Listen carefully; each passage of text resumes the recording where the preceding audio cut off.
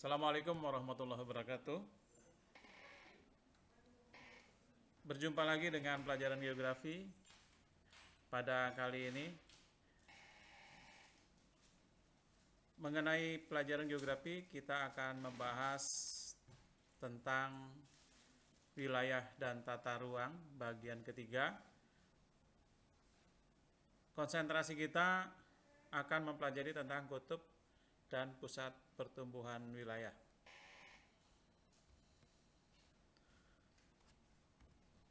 Nah, pelajaran tentang wilayah dan tata ruang sebelumnya sudah kita pelajari 2 kali pertemuan. Yang pertemuan pertama kita bicara tentang wilayah, kemudian yang kedua kita berbicara tentang pewilayahan dan pusat pertumbuhan sesuai dengan KD 3.1 dan KD 4.1. Anak-anak sekalian, kita tetap semangat, kalian harus tetap semangat belajar dari rumah dan mudah-mudahan mempunyai hikmah yang bagus walaupun tidak di sekolah. Baik, sebelum belajar, mari anak-anakku sekalian kita membaca doa dengan ajaran agama masing-masing. Berdoa mulai. Bismillah. Berdoa selesai. Lanjutan dari pelajaran tentang wilayah dan tata ruang, kita akan pusatkan pelajaran kita tentang kutub pertumbuhan. Pengertiannya, kutub pertumbuhan adalah pusat pertumbuhan atau growth pole. Adalah suatu wilayah atau kawasan yang pertumbuhan pembangunannya sangat pesat jika dibandingkan dengan wilayah lainnya. Pada kenyataannya, perkembangan dimanapun suatu pertumbuhan bukanlah merupakan satu proses yang terjadi secara sentral atau memusat, melainkan muncul di tempat-tempat tertentu dengan kecepatan dan intensitas yang berbeda. Pengertian ini dicetuskan oleh Perroux tahun 1955. Mengenai pusat pertumbuhan atau kutub pertumbuhan, teori dasarnya ada 3, yaitu teori tempat sentral, kemudian teori polarisasi ekonomi, kemudian yang ketiga teori kutub pertumbuhan.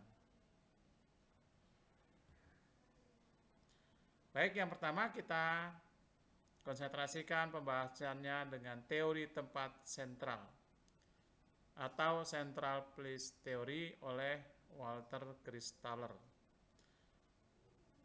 Menitik beratkan pada penentuan banyaknya kota, besarnya kota, dan persebaran kota.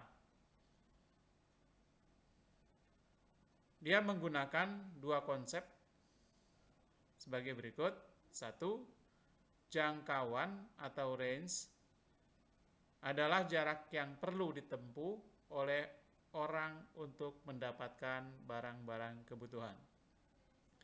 Yang kedua, ambang threshold adalah jumlah minimal penduduk yang diperlukan untuk kelancaran dan keseimbangan suplai barang.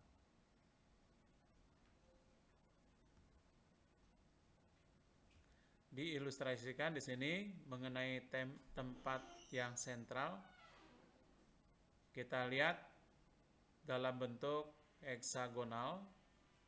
Di tengahnya terdapat 1 titik tempat sentral yang dimana tempat sentral tersebut mempunyai pembangunan yang sangat pesat. Maka secara teoritis dari tempat sentral ini nanti akan mempengaruhi wilayah-wilayah yang ada di sekitarnya. Kalau diilustrasikan secara heksagonal di sini, jika wilayah ini secara fisik merupakan wilayah yang homogen, misalnya berada di wilayah yang datar. Kemudian penduduk yang secara ekonomi merata. Oleh karena itu, dari proses ini lebih bisa melayani wilayah-wilayah yang ada di daerah lain di luar pusat sentral. Nah, ditambah dengan adanya jaringan jalan yang sangat memadai. Nah, secara ilustrasi, pusat sentral ini gambarannya adalah banyaknya pusat-pusat pelayanan. Misalnya ada rumah sakit, kemudian swalayan, toko-toko, perkantoran-perkantoran, kemudian jasa, baik jasa angkutan, perbengkelan, dan sebagainya. Sehingga fungsi pusat sentral di sini adalah untuk memberikan pelayanan atau pemenuhan kebutuhan penduduk-penduduk yang ada di luarnya.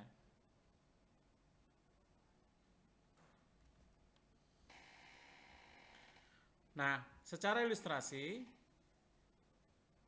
teori tempat sentral ini dibagi ke dalam 3 bagian, yaitu yang pertama, teori yang sentral berhierarki 3 atau K3. Pada hierarki 3 ini, konsentrasinya terdapat situasi pasar optimal atau adanya pasar yang optimal, atau dijadikan pusat sentralnya adalah pasar optimal. Kita lihat di sini pada gambar heksagonal, masing-masing wilayah juga mempunyai bentuk wilayah heksagonal. Kita lihat di sini pusat sentralnya, dan kemudian ini adalah pengaruh pelayanannya. Ini ditulis sepertiga dari heksagonal masing-masing wilayah di luar pusat pertumbuhannya atau pusat sentralnya. Nah, ini lebih, sekali lagi, situasi ini lebih pada pasar yang optimal, pelayanan pasar yang optimal. Kemudian yang kedua, berhierarki 4 atau K4. Kita lihat di sini, dari pusat sentral itu bisa melayani setengah dari bagian wilayah lainnya. Setengah dari bagian wilayah lainnya. Kita lihat bentuk heksagonal ini setengahnya. Kemudian berhierarki 7 atau K7. Maaf, sebelumnya kalau berhierarki 4 itu lebih didukung oleh lalu lintas yang optimum. Lalu lintas yang optimum.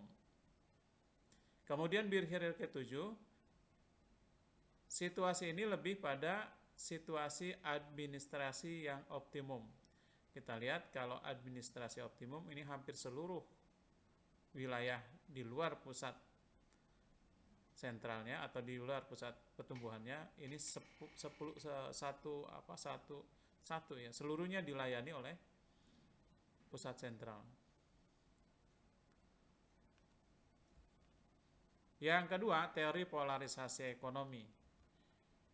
Kalau pada teori polarisasi ekonomi ini dikemukakan oleh Guntur Myrdal, yaitu setiap wilayah mempunyai pusat pertumbuhan yang menjadi daya tarik bagi tenaga buruh dari pinggiran. Nah, akibat ini merupakan terjadinya akibat backwash effect. Hasilnya adalah terjadinya ketimpangan wilayah yang meningkatnya kriminalitas dan kerusakan di daerah pinggiran. Ini kita lihat ilustrasi akibat dari polarisasi ekonomi.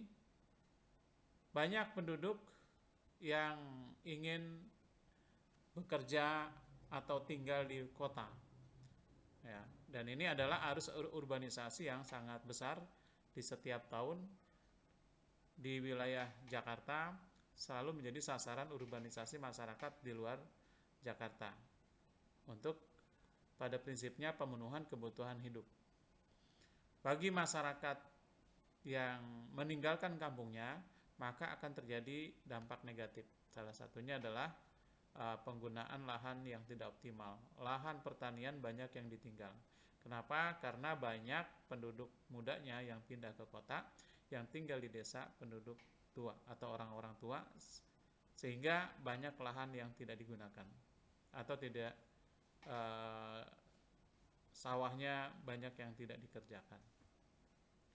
Kemudian efek lainnya adalah misalnya kalau di perkotaan sudah sangat padat, kemudian persaingan hidup sangat tinggi, bagi orang-orang yang tidak punya keterampilan hidup, maka yang terjadi adalah dia misalnya menjadi pencopet atau perampok. Salah satu hal itu adalah untuk pemenuhan kebutuhan tinggal di kota Jakarta. Kemudian juga banyak rumah-rumah slum area atau daerah kumuh yang tumbuh di dekat pinggir sungai. Nah, itu biasanya akan muncul perumahan-perumahan kumuh. Tetapi untuk sekarang sepertinya pemerintah sudah mampu menangani itu atau sedang proses pembersihan rumah-rumah yang ada di pinggir sungai, ya, yaitu diberikan tempat tinggal, rumah susun. Nah, ini merupakan salah satu solusi. Baik, dilanjutkan.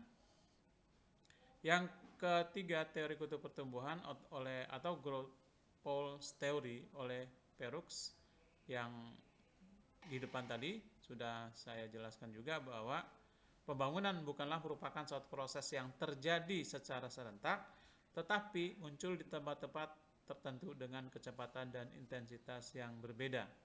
Sehingga nanti akan muncul daerah-daerah yang menjadi pusat pertumbuhan atau kutub pertumbuhan. Jadi masing-masing daerah, masing-masing wilayah pertumbuhannya itu tidak sama. Bisa tumbuh di mana saja, tergantung beberapa faktor. Di antaranya adalah faktor fisik, yaitu daerah yang lebih datar. Daerah datar akan lebih cepat pertumbuhannya dibanding dengan daerah perbukitan. Kemudian yang kedua, perekonomian masyarakatnya yang ya seragam, itu akan yang seragam dan lebih baik, itu akan mudah pertumbuhannya. Kemudian juga termasuk sistem pemerintahan atau pelayanan pemerintahan atau yang diatur oleh RT RW, rencana tata ruang wilayah, itu berjalan dengan baik. Kemudian yang ketiga, jaringan jalan yang tersedia sudah sangat banyak. Kalau sangat banyak berarti itu wilayah tersebut akan cepat tumbuh, yang didukung oleh jaringan jalan keluarnya, ya, jalan keluar atau penghubung keperluan daerah tersebut. Nah, kemudian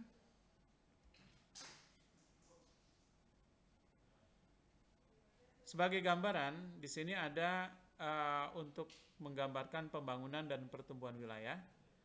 Yang pertama, adanya batas wilayah pertumbuhan. Yang kedua, kerjasama antar wilayah. Batas wilayah pertumbuhan ada, misalkan di sini ada gambar tentang batas kota. Kita lihat batas wilayah pertumbuhannya. Kalau di kota itu penuh dengan gedung-gedung dengan jaringan jalan yang sangat banyak.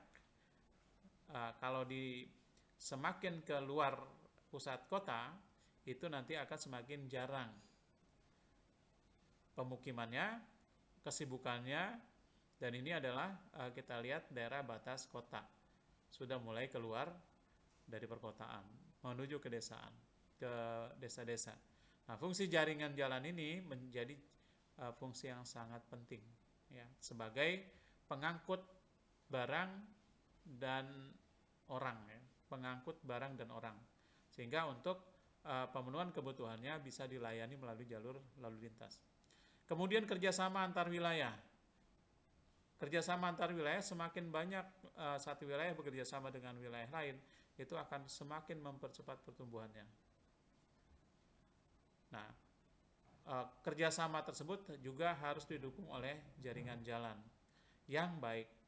Kalau jalannya tidak baik, misalkan bolong-bolong atau banyak jalanan rusak, maka yang terjadi adalah kelambatan. Ya, kelambatan dari pengantar barang dan orang. Itu menyebabkan biaya angkut menjadi lebih mahal. Kemudian berikutnya, untuk menentukan pengaruh dari pusat pertumbuhan ke luar pusat pertumbuhan, di sini kita menggunakan teori titik henti. Teori titik henti ini memberikan gambaran tentang perkiraan posisi garis batas yang memisahkan wilayah-wilayah perdagangan dari dua kota atau wilayah yang berbeda, jumlah dan komposisi penduduknya. Kita lihat, teori ini digunakan untuk menentukan lokasi suatu unit usaha ekonomi, misalnya pasar, membangun SPBU, membangun shopping center. Ini bisa digunakan teori titik henti. Kemudian menentukan lokasi sarana dan sarana prasarana kesehatan, misalnya mendirikan rumah sakit, mendirikan klinik, itu bisa dihitung dengan teori titik henti. Kemudian ketiga, menentukan lokasi sarana pendidikan, sekolah, kampus, atau pusdiklat. Nah, dari dua wilayah ini, nanti yang dihitung adalah berapa jaraknya, kemudian berapa jumlah penduduknya antara wilayah A dengan wilayah B, sehingga penempatan pembangunan sarana umum itu bisa ditentukan jaraknya. Jarak yang bisa melayani dari dua wilayah, ya, wilayah A dan wilayah B. Baik.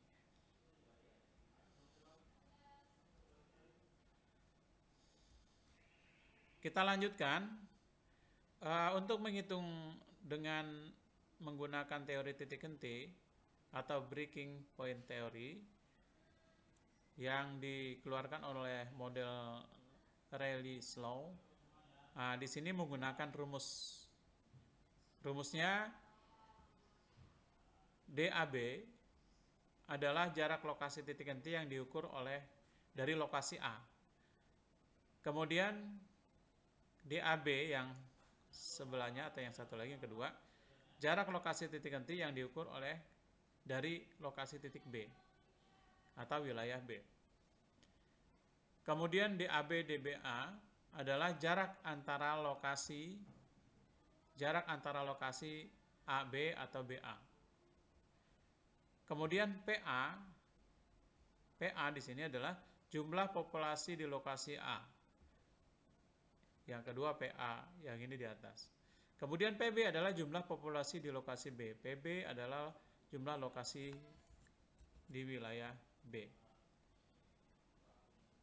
Baik. Kita ambil contoh, misalkan di sini ada keterangan jumlah wisatawan di objek wisata A setiap hari adalah 25.000 orang, sedangkan di objek wisata B adalah 50.000 orang setiap hari. Jarak antara objek wisata A dengan B adalah 30 km. Maka lokasi yang baik untuk didirikan fasilitas penginapan, ini mau membangun fasilitas penginapan karena ini berhubungan dengan objek wisata, ya. Yang dapat melayani kedua tempat tersebut adalah ini objek wisata A, penduduknya 25.000, kemudian B, penduduk wilayah wisata, jumlah orang yang hadir atau jumlah pengunjungnya adalah 50.000. Kemudian jarak A dengan B adalah 30 km. Kalau kita buat seperti ini akan lebih mudah dipahami. Bagaimana penyelesaiannya? Kita gunakan rumus yang tadi, kemudian kita menghitung. Ya, DAB adalah jarak untuk membangun eh, sarana prasarana, kalau tadi yang mau dibangun adalah penginapan dari tempat wisata A dan ke tempat wisata B, lokasi yang paling tepat itu nanti di mana. Kita lihat DAB, di atasnya DAB ini adalah jarak antara wilayah A dan wilayah B. Kalau tadi tertulis 30 km. Kemudian satu ini adalah angka konstanta ditambah dengan akar dari PBPA. Kalau PBPA tadi PB 50 orang, 50.000 orang. Kemudian PA 25.000 orang. Kalau 50.000 dibagi dengan 25.000, maka hasilnya adalah 2. Nah, lalu dilanjutkan 30 km dibagi 1 ditambah akar 2 itu adalah 1,4142. Maka jika dihitung hasilnya adalah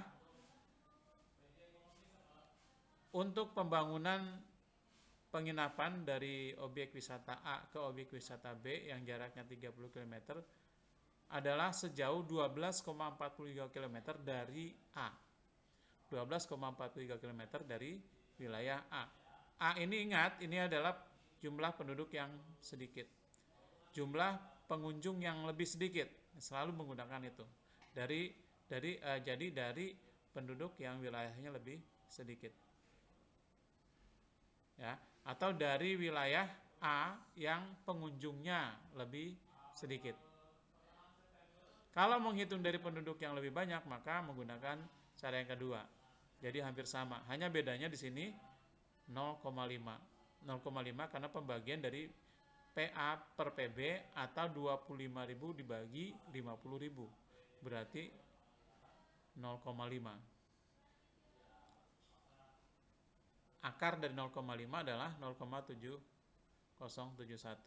Maka hasilnya adalah 17,57 km dari B. Karena ngitungnya dari B ya. BA berarti dari B. Nah, jadi kalau dijumlah 12,43 dengan 17,57 km itu sama dengan 30 km. Nah, itu anak-anak sekalian. Lalu di mana posisinya? Kalau ini wilayah A, wilayah tempat wisata A, wilayah tempat wisata B, dengan jumlah penduduk wilayah, jumlah pengunjung dari wilayah A tadi adalah 25.000 orang, kemudian di B jumlah pengunjungnya 50.000 orang, jarak antara A dan B ada 30 km, maka posisi titik hentinya untuk membangun objek wisata, objek penginapan yang mendukung objek wisata, penginapan, lokasi penginapan mendukung objek wisata di A dan B, maka jaraknya adalah 12,4 km dari wilayah A ke arah wilayah kota B. Maka posisinya di sini. Nah, jadi seperti itu anak-anak sekalian. Ini cara untuk menentukan lokasi usaha dari dua wilayah yang dihitung berdasarkan jarak dan jumlah penduduknya. Nah, sekarang kalian Bapak minta mengerjakan soal latihan. Ini untuk uji coba tentang tingkat kepahaman kalian. Ya. Kemudian yang kedua, ini pemecahan masalah berdasarkan terjadinya gejala pusat pertumbuhan. Ya. Kalau tadi pusat pertumbuhan bisa didukung oleh keadaan fisik, sumber daya manusianya, kemudian jumlah manusianya, kemudian jaringan jalannya, dan fasilitas yang tersedia. Nah, di sini silakan kalian baca tentang suatu tempat yang perlu dukungan atau perlu pemikiran agar wilayah ini bisa menjadi pusat pertumbuhan. Nah, dari kedua tugas ini nanti Bapak minta kalian menuliskan laporannya dengan kertas lembar dan mengirimkan laporannya melalui Google Classroom Kemudian yang kedua, bisa juga melalui WA Group. Data ini atau PowerPoint yang ada di sini itu sudah ada di Classroom, ya, di Google Classroom. Silakan kalian bisa membuka kembali dan mengisi jawaban latihan ini dengan difoto, kemudian masukkan ke Google Classroom atau menggunakan WA Group. Terima kasih atas perhatiannya. Semoga tetap sehat dan mempunyai nilai belajar yang baik. Kita tutup hari ini belajarnya dengan sama-sama baca hamdalah. Alhamdulillahirabbil alamin. Assalamualaikum warahmatullahi wabarakatuh.